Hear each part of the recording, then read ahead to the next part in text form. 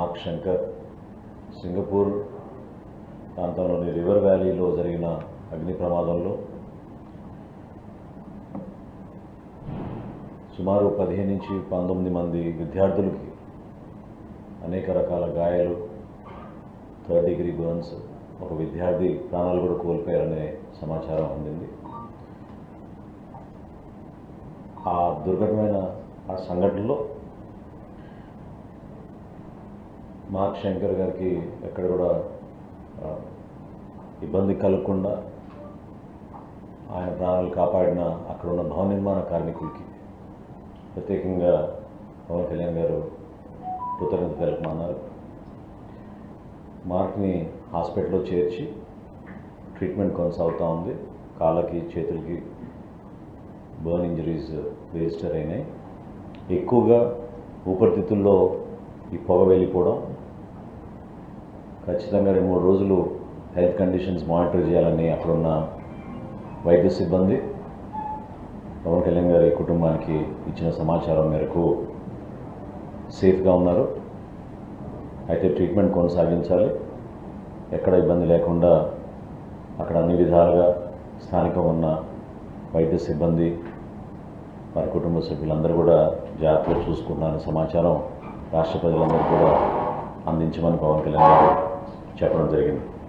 ఈ సందర్భంలో దేశవ్యాప్తంగా చాలామంది, మన రాష్ట్రం నుంచి కూడా అనేక నాయకులు, గౌరవ ముఖ్యమంత్రి గారు, భారతదేశ ప్రధాని నరేంద్ర మోడీ గారు కూడా ఇంతకుముందే పవన్ కళ్యాణ్ గారితో మాట్లాడి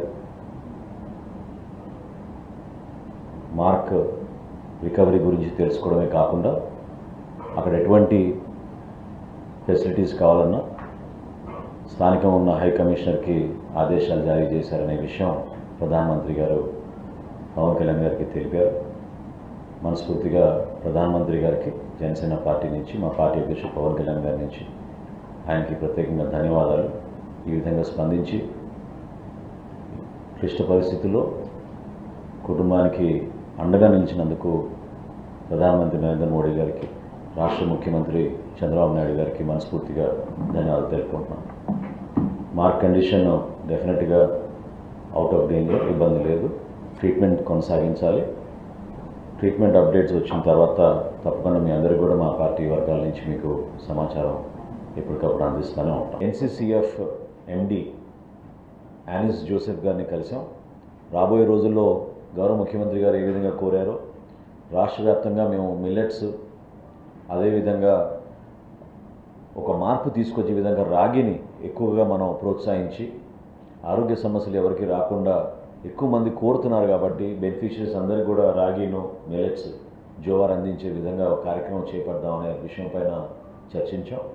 వీటితో పాటు రైతు బజార్లో, అదేవిధంగా ఎక్కడైతే PACSలో మాకు అవకాశం ఉందో అక్కడ మోడల్ ఫేర్ ప్రైస్ షాప్స్ జాతీయ ఉపాధి హామీ పథకం ద్వారా శాంక్షన్ చేయించుకుని గతంలో ఎప్పుడు లేని విధంగా ఒక కొత్త ఆలోచనతో మోడల్ ఫేర్ ప్రైస్ షాప్స్ ప్రారంభించాలని ఈరోజు చర్చల్లో భాగంగా ఒక MOU దీని గురించి రిజిస్టర్ చేసుకుందామనే డిస్కషన్ జరిగింది. రాష్ట్ర ప్రభుత్వంతో NCCFR రాబోయే రోజుల్లో ఒక MOU రిజిస్టర్ చేసుకుని రాష్ట్రం నుంచి బియ్యం ఇతర దేశాలకు ఎగుమతి కూడా అవకాశం కల్పించే విధంగా చర్యలు తీసుకుంటామనే విషయం ఆమె ప్రస్తావించారు. వీటితో పాటు ఈ రోజున కేంద్ర పెట్రోలియం మంత్రి గారు హర్దీప్ సింగ్ పూరి గారితో చర్చలు జరిపాం. ప్రధానంగా ఎప్పటి నుంచో మేము అనేక సందర్భాల్లో రాష్ట్ర ప్రభుత్వం, ప్రత్యేకంగా ఆంధ్రప్రదేశ్ ఏ విధంగా నష్టపోయింది విభజన వలన అనే అంశం ప్రధానమంత్రి ఉజ్వల యోజన కింద లబ్ధిదారుల విషయంలో మేమందరం కూడా ఎప్పటి నుంచో కేంద్ర ప్రభుత్వానికి నివేదిక అందిస్తూ ఉన్నాం.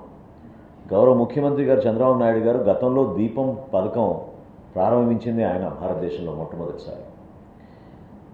ఆ రోజున ప్రారంభించిన దీపం పథకంలో ఉన్న లబ్ధిదారుల సంఖ్య చాలా తక్కువగా నమోదవడం రాష్ట్ర విభజన జరిగిన తర్వాత ఆంధ్రప్రదేశ్కి అపార నష్టం జరిగింది. దీని గురించి అనేక సందర్భాల్లో నివేదికలు అందించిన తర్వాత కేంద్రం సానుకూలంగా స్పందించింది. ఈరోజు రాష్ట్రంలో ఉన్న కేవలం 9,65,000 ప్రధానమంత్రి ఉజ్వల యోజన బెనిఫిషరీసే కాకుండా మేము ప్రతిపాదించిన విధంగా 65,40,000 మందికి ఈ దీపం 2 పథకం ద్వారా ప్రధానమంత్రి ఉజ్వల యోజనలో లబ్ధిదారులుగా చేర్చే అవకాశం మెండుగా కనపడుతుంది. దానికి కేంద్రం సానుకూలంగా స్పందించారనే విషయం మంత్రి గారితో పాటు చర్చించినప్పుడు మాకు చాలా ఆనందం కలిగించింది.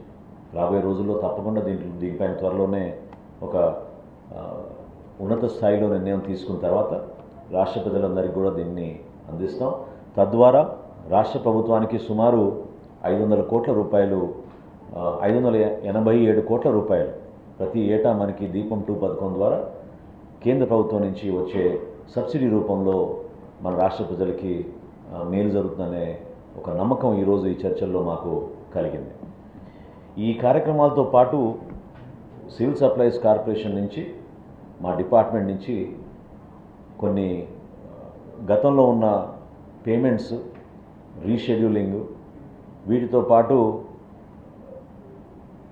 ఈ విభజన జరిగినప్పుడు ఉన్న కొన్ని సమస్యల గురించి ఈరోజు అనేక మీటింగ్స్లో మేము డిస్కస్ చేసాం. ఇంకో గంటలో అదేవిధంగా కేంద్ర మంత్రి ప్రహ్లాద్ జోషి గారితో కూడా చర్చలు ఉన్నాయి. అక్కడ కూడా పీడిఎస్ డిస్ట్రిబ్యూషన్ సిస్టమ్ రాబోయే రోజుల్లో ఏ విధంగా మేము టెక్నాలజీని ఉపయోగించుకుంటున్నాం, రైతాంగానికి ప్రతి ఖరీఫ్ మాసంలో ఎక్కువగా ఇబ్బంది అయ్యేది ఈ సైక్లోన్ల ద్వారా తేమ శాతం అనేది ఎక్కువగా ఉండడంతో ధాన్యం కొనుగోలు విషయంలో నష్టపోతూ ఉన్నారు. దాన్ని అరికట్టాలనే ఒక అంకిత భావంతో గౌరవ ముఖ్యమంత్రి గారు చంద్రబాబు నాయుడు గారు అనేక సందర్భాల్లో సైలో ప్రాజెక్టులు ఏర్పాటు చేయమని దానికి ఏ విధంగా మనం ముందుకు తీసుకెళ్ళగలుగుతామో డిస్కస్ చేయమని మమ్మల్ని ఆయన ఆదేశించడం జరిగింది. ఇదివరకు ప్రతిపక్షంలో ఉన్నప్పుడు అనేక సందర్భాల్లో గౌరవ ఉప ముఖ్యమంత్రి గారు పవన్ కళ్యాణ్ గారు కూడా రైతాంగం ఎదుర్కొంటున్న సమస్యలపైన క్షేత్రస్థాయిలో అధ్యయనం చేసినప్పుడు తప్పకుండా మనం ఇటువంటి ప్రాజెక్ట్స్ తీసుకొస్తే ఉపయోగపడుతుందనే ఆలోచనతో మేము ప్రాజెక్ట్ రిపోర్ట్స్ తయారు చేసి డిపిఆర్ స్టేజ్ వరకు తీసుకొచ్చాం. కేంద్ర ప్రభుత్వం తప్పకుండా దానిపైన సానుకూలంగా స్పందించి రాబోయే రోజుల్లో సైలో ప్రాజెక్టులని కేవలం ధాన్యం కోసం ఉపయోగించే విధంగా ప్రోత్సహిస్తామనే ఒక మాట ఈరోజు చెప్పడం జరిగింది. తద్వారా ఆంధ్రప్రదేశ్లో ఎక్కడైతే ఎక్కువగా మనం ధాన్యం పండించే జిల్లాలు ఉన్నాయో ఆ ప్రాంతాల్లో మేము ఎంపిక చేసి ఒక 2 చోట్ల పీపీపీ విధానంలో వయబిలిటీ గ్యాప్ ఫండింగ్ ద్వారా తప్పకుండా ఈ సైలో ప్రాజెక్ట్స్ ఏర్పాటు చేసి రాష్ట్రంలో ఉన్న మన రైతాంగానికి ఒక చక్కటి వెసులుబాటు కల్పించే విధంగా ఒక కార్యక్రమాన్ని చేపట్టబోతున్నాం. ఈ అంశాలతో పాటు ముఖ్యంగా ప్రజల ఆహార భద్రత విషయం, అక్కడ ల్యాబ్స్, టెస్టింగ్ క్వాలిటీ, కేంద్ర ప్రభుత్వం తీసుకున్న కొన్ని ముఖ్యమైన సంస్కరణలు, అది భారత్ రైస్ కానివ్వండి, భారత్ దాల్ కానివ్వండి, ఇతర ప్రోడక్ట్స్ కానివ్వండి, వీటన్నిటిని కూడా మార్కెటింగ్ చేసే విధంగా పౌర సరఫరాల శాఖ నుంచే ఆ కార్యక్రమం జరిగే విధంగా వాళ్ళు ఒక ఎంఓయూ త్వరలోనే చేసుకుందాం అనే విషయం ప్రస్తావించారు.